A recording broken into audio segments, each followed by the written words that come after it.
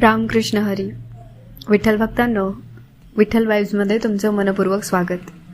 मागील भागात आपण संत तुकाराम महाराजांच्या जीवनातील सर्वात भावनिक आणि श्रद्धेने भरलेला प्रसंग अनुभवला. तुकाराम महाराजांच्या अभंगांनी संपूर्ण महाराष्ट्रात भक्तीची नवी जागृती निर्माण केली. त्यांच्या साध्या पण प्रभावी मराठी भाषेतील अभंगांनी सामान्य जनतेच्या हृदयात घर केले. परंतु ही वाढती लोकप्रियता काही कर्मकांडवादी विद्वानांना मान्य नव्हती. त्यांच्यावर आरोप झाले, त्यांच्या अभंगांवर प्रश्नचिन्ह उपस्थित करण्यात आले आणि अखेरीस त्यांच्या आयुष्यभराच्या साधनेतून जन्मलेल्या अभंगांच्या वह्या इंद्रायणी नदीत विसर्जित करण्याचा आदेश देण्यात आला. पण संत तुकाराम महाराजांनी विरोध केला नाही, वाद घातला नाही, कोणालाही दोष दिला नाही. ते शांतपणे म्हणाले, करता करिता तो एकच विठ्ठल. वारकरी परंपरेनुसार ते सलग 13 दिवस इंद्रायणीच्या तीरावर उपवास करून अखंड विठ्ठलाचे नामस्मरण करत राहिले आणि 13व्या दिवशी इंद्रायणी नदीने त्यांच्या अभंगांच्या वह्या पुन्हा परत दिल्या, अशी वारकरी परंपरेतील श्रद्धापूर्ण कथा सांगितली जाते. हा प्रसंग भक्तीचा विजय आणि विठ्ठलावरील अढळ विश्वासाचे प्रतीक म्हणून आजही वारकरी संप्रदायात जपला जातो. या घटनेनंतर तुकाराम महाराजांची कीर्ती आणखी दूरवर पसरली. देहूपासून महाराष्ट्रभर आणि महाराष्ट्रातून अनेक राजदरबारांपर्यंत त्यांच्या अभंगांचा गज पोहोचू लागला. आणि याच काळात संत तुकाराम महाराजांच्या कीर्तीची बातमी पोहोचली हिंदवी स्वराज्याचे संस्थापक छत्रपती शिवाजी महाराजांच्या कानावर. जेव्हा शिवरायांनी संत तुकाराम महाराजांना मान सन्मान, धन आणि भेटवस्तू पाठवल्या, तेव्हा तुकाराम महाराजांनी असा निर्णय घेतला जो आजही प्रत्येक भक्ताला विचार करायला भाग पाडतो. एका बाजूला अखंड महाराष्ट्राचा राजा आणि दुसऱ्या बाजूला विठ्ठल नामात रंगलेला एक साधा वारकरी संत.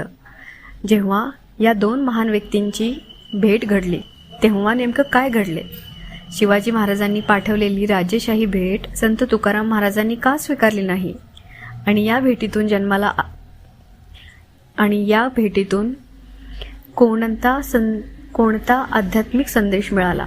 चला जाणून घेऊया संत तुकाराम महाराज आणि छत्रपती शिवाजी महाराज यांच्या इतिहास प्रसिद्ध भेटीची प्रेरणादायी कथा. व्हिडिओ सुरू करण्यापूर्वी एक छोटी विनंती. जर तुम्हाला संतांची चरित्रे, वारकरी परंपरेचा इतिहास आणि विठ्ठल भक्ती अशाच खोल आणि अभ्यासपूर्ण स्वरूपात पाहायला आवडत असेल तर विठ्ठल वाईब चॅनलला सबस्क्राईब करा, व्हिडिओला लाईक करा आणि आपल्या मित्रपरिवारांसोबत शेअर करा आणि कमेंटमध्ये नक्की लिहा, रामकृष्ण हरी. चला तर मग संत आणि राजा यांच्या या अद्वितीय भेटीचा इतिहास उलगडूया. इंद्रायणीच्या तीरावर घडलेल्या या दिव्य प्रसंगानंतर संत तुकाराम महाराजांचे नाव केवळ देहूपुरते मर्यादित राहिले नाही. त्यांच्या अभंगांचा गजर गावोगावी घुमू लागला. त्यांच्या भक्तीची कीर्ती महाराष्ट्राच्या कानोकोपऱ्यात पोहोचली आणि अखेर हा महिमा पोहोचला हिंदवी स्वराज्याचे संस्थापक छत्रपती शिवाजी महाराजांच्या कानावर. शिवरायांनी संत तुकाराम महाराजांविषयी ऐकले तेव्हा त्यांच्या मनात एकच इच्छा निर्माण झाली, या महान संतांचे दर्शन घ्यावे. पण जेव्हा शिवाजी महाराजांनी संत तुकाराम महाराजांना सोन्या चांदीच्या भेटवस्तू आणि राजमानाचा नजराणा पाठवला, तेव्हा तुकाराम महाराजांनी असा निर्णय घेतला जो आजही प्रत्येकाला नम्रता आणि वैराग्याचा खरा अर्थ शिकवतो. राजा आणि संत यांची ती इतिहास प्रसिद्ध भेट नेमकी कशी घडली? शिवाजी महाराजांनी पाठवलेला राजेशाही नजराणा तुकाराम महाराजांनी का परत केला? आणि या भेटीतून स्वराज्याला कोणता अमूल्य आध्यात्मिक संदेश मिळाला? या सर्व प्रश्नांची उत्तरं जाणून घेऊया या भागात. नमस्कार वारकरी बांधवांनो, विठ्ठल वाईब्समध्ये तुमचं मनपूर्वक स्वागत. मागील भागात आपण संत तुकाराम महाराजांच्या जीवनातील सर्वात हृदयस्पर्शी आणि प्रेरणादायी प्रसंग पाहिला. इंद्रायणी नदीत विसर्जित केलेल्या अभंगाच्या वह्या 13 दिवसांनी पुन्हा पाण्यावर तरंगत परत आल्या. हा प्रसंग आजही वारकरी संप्रदायात विठ्ठलाने आपल्या भक्ताची राखलेली लाज म्हणून श्रद्धेने सांगितला जातो. या घटनेनंतर तुकाराम महाराजांच्या अभंगांचा गजर महाराष्ट्राच्या कानोकोपऱ्यात घुमू लागला. देहूच्या छोट्याशा गावातून उमटलेले शब्द गावोगावी पोहोचले. भजन मंडळामध्ये, वारी दिंड्यांमध्ये गुंजू लागले आणि लाखो लोकांच्या हृदयात भक्तीचा दीप प्रज्वलित करू लागले. तुकाराम महाराजांचे अभंग केवळ काव्य नव्हते, ते सामान्य जनतेच्या जीवनाला दिशा देणारे मंत्र बनले होते. गरीब असो वा श्रीमंत, शेतकरी असो वा व्यापारी, स्त्री असो वा पुरुष, प्रत्येकाला त्या अभंगात आपले जीवन दिसू लागले. हळूहळू त्यांच्या कीर्तीचा, भक्तीचा सुगंध संपूर्ण महाराष्ट्रभर दरवळू लागला आणि अखेर ही कीर्ती पोहोचली हिंदवी स्वराज्याचे संस्थापक छत्रपती शिवाजी महाराजांच्या दरबारात. शिवाजी महाराजांना संत, साधू आणि धर्मपुरुषांविषयी अपार आदर होता. समर्थ रामदास स्वामी, संत आणि विद्वान यांचे मार्गदर्शन घेणे हा त्यांचा स्वभावाचाच भाग होता. जेव्हा त्यांच्या कानावर तुकाराम महाराजांच्या भक्तीचा महिमा पोहोचला तेव्हा त्यांच्या मनात एकच इच्छा निर्माण झाली, ह्या महान संतांचे दर्शन घ्यावे. एकीकडे अखंड महाराष्ट्र घडवण्याचे स्वप्न पाहणारा पराक्रमी राजा छत्रपती शिवाजी महाराज आणि दुसरीकडे विठ्ठलनामात पूर्णपणे रंगलेला, साध्या झोपडीत राहणारा एक निष्काम संत, संत तुकाराम महाराज. एक राजा संतांच्या चरणी का गेला? शिवाजी महाराजांनी पाठवलेला राजेशाही नजराणा तुकाराम महाराजांनी का नाकारला? संत तुकाराम महाराजांच्या अभंगांची कीर्ती आता संपूर्ण महाराष्ट्रभर पसरली होती. देहूच्या छोट्याशा गावातून उमटलेले विठ्ठलनाम रायगडाच्या दरबारापर्यंत पोहोचले होते. परंपरेनुसार छत्रपती शिवाजी महाराजांनी जेव्हा तुकाराम महाराजांविषयी ऐकले तेव्हा त्यांच्या मनात त्या महान संतांविषयी अपार आदर निर्माण झाला. महाराजांना वाटले, ज्यांच्या मुखातून विठ्ठल बोलतो अशा संतांचा योग्य सन्मान व्हायलाच हवा. त्या काळी राजे महाराजे एखाद्या संतांचा गौरव करण्यासाठी वस्त्रे, सुवर्ण, रत्ने, अश्व आणि इतर मानचिन्हे पाठवत असत. हा केवळ संपत्तीचा नव्हे तर आदराचा आणि कृतज्ञतेचा मान होता. परंपरेनुसार छत्रपती शिवाजी महाराजांनी आपल्या विश्वासू दूतांमार्फत सुंदर रेशमी वस्त्रे, सोन्याची नाणी, मौल्यवान रत्ने आणि राजमानाचे प्रतीक असलेला नजराणा देहूकडे पाठवला. दूत अनेक सैनिकांसह देहूत पोहोचला.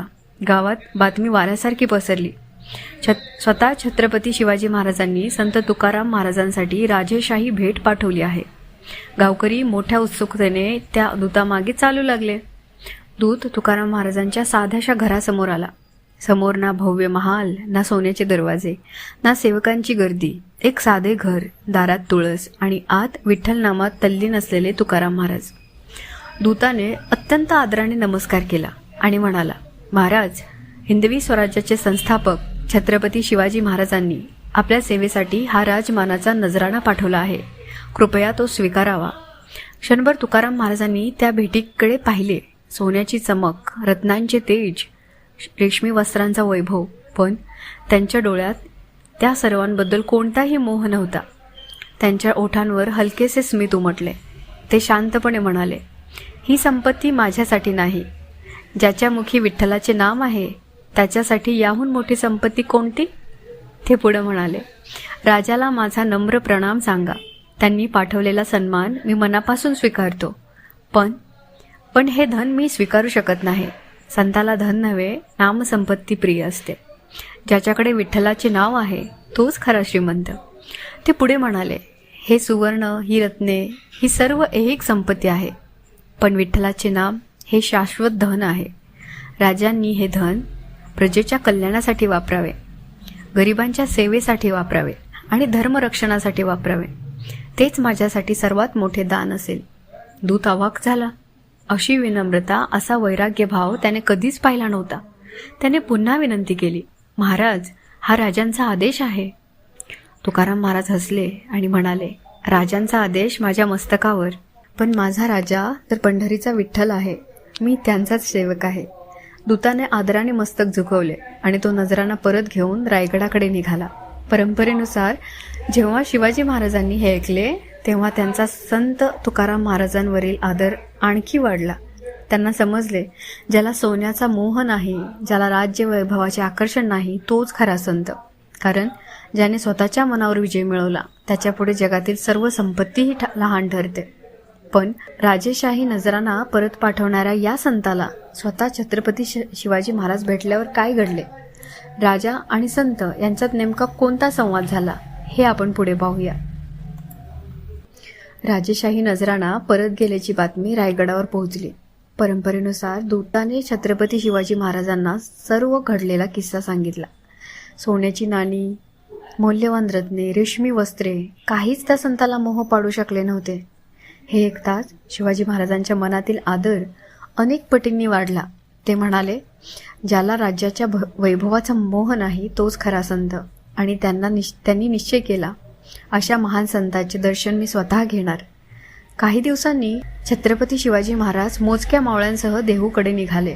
राजेशाही थाट नव्हता, वाद्यांचा गजरही नव्हती कोणतीही दिमागदार मिरवणूक, कारण ते राजा म्हणून नव्हे तर एक साधा भक्त म्हणून संतांच्या दर्शनासाठी जात होते.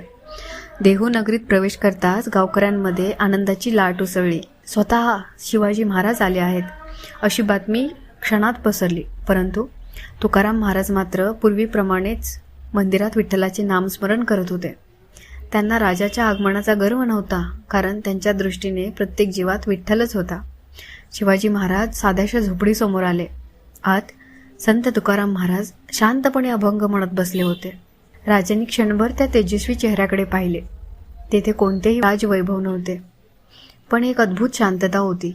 एक असे तेज जे तलवारीने नव्हे तर भक्तीने प्राप्त झाले होते. क्षणाचाही विलंब न करता छत्रपती शिवाजी महाराज पुढे गेले आणि अत्यंत नम्रपणे संत तुकाराम महाराजांच्या चरणी मस्तक ठेवले. हा प्रसंग पाहून उपस्थित वारकरी भारावून गेले. हिंदवी स्वराज्याचा पराक्रमी राजा एका संताच्या चरणी नतमस्तक झाला होता. तुकाराम महाराजांनी प्रेमाने शिवरायांना उठवले आणि म्हणाले, राजे, तुम्ही माझ्या चरणी नव्हे विठ्ठलाच्या चरणी मस्तक ठेवा. शिवाजी महाराज नम्रतेने म्हणाले, महाराज, जिथे विठ्ठलाचा वास आहे तेच माझ्यासाठी पंढरपूर आहे. दोघेही समोरासमोर बसले. क्षणभर शांतता पसरली. त्या शांततेतही भक्ती आणि पराक्रम यांचा अद्भुत संगम जाणवत होता. शिवाजी महाराज म्हणाले, महाराज, हे स्वराज्य उभारताना अनेक संकटे येतात. युद्धे आहेत, शत्रू आहेत, प्रजेच्या संरक्षणाची जबाबदारी आहे. या सर्वात धर्म कसा जपावा? तुकाराम महाराज मंद हसले आणि म्हणाले, राजे, तलवार हातात असली तरी हृदयात करुणा असली पाहिजे. राजा तोच जो स्वतःसाठी नव्हे तर प्रजेसाठी जगतो. ते पुढे म्हणाले, स्वराज्य म्हणजे केवळ किल्ले जिंकणे नव्हे, स्वराज्य म्हणजे माणसांची मने जिंकणे. धर्म म्हणजे फक्त पूजा अर्चा नव्हे, धर्म म्हणजे सत्य, न्याय, दया आणि दुर्बलांच्या संरक्षणासाठी उभे राहणे. शिवाजी महाराज अत्यंत लक्षपूर्वक प्रत्येक शब्द ऐकत होते. तुकाराम महाराज पुढे म्हणाले, राजे, तुमच्या हातात तलवार आहे, पण त्या तलवारीला विवेकाची धार असली पाहिजे. क्रोधाने नव्हे कर्तव्याने युद्ध करा. स्वराज्य हे विठ्ठलाची सेवा समजून चालवा. प्रजा हीच पांडुरंगाची रूपे आहेत. त्यांची सेवा म्हणजेच ईश्वर सेवा. शिवाजी महाराजांच्या डोळ्यात आदर दाटून आला. ते म्हणाले, महाराज, आज मला समजले, राज्य जिंकणे सोपे आहे, पण स्वतःचे मन जिंकणे सर्वात कठीण आहे.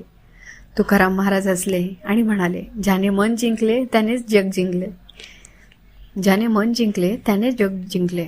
त्या दिवशी एक संत आणि एक राजा भेटले नव्हते, तर भक्ती आणि शौर्याचा संगम झाला होता. एकाने हातात वीणा धरली होती, दुसऱ्याने हातात तलवार, पण दोघांच्या हृदयात एकच अधिपती होता, पांडुरंग विठ्ठल. ह्याच परस्पर आदरामुळे छत्रपती शिवाजी महाराज आणि संत तुकाराम महाराज यांचे नाते मराठी इतिहासात आणि वारकरी परंपरेत आजही प्रेरणाचा दीपस्तंभ मानले जातात. या भेटीनंतर शिवाजी महाराजांच्या जीवनात कोणता बदल झाला, संत तुकाराम महाराजांनी त्यांना कोणता अंतिम आशीर्वाद दिला आणि पुढे त्यांच्या जीवनातील सर्वात दिव्य अध्याय वैकुंठ गमनाची वारकरी परंपरेतील कथा कशी उलगडते हे जाणून घेऊया पुढील अध्यायात. तोपर्यंत रामकृष्ण हरी, पांडुरंग हरी.